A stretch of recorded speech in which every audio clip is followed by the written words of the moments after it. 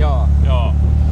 Ja sitten mä painan... Sitten kun se sammuttaa, niin painetaan uudestaan sitä punaista, niin nyt se pitäisi mennä ihan... Ai se nyt kelaa jo, no niin hei. No niin, tässä tää Fifth Gear-ohjelma on täällä Kirkkonummen maisemissa tänään ja on siis todella nautinta tämmöisellä vanhalla klassisella MGB:llä tässä. Vuosimalli taisi olla 65. 5, joo, erittäin hyvä Mark 2 ja tuntuu olevan niin erittäin hyvässä iskussa ja sopivan niin jämäkkää miehekästä ohjastamista edelleen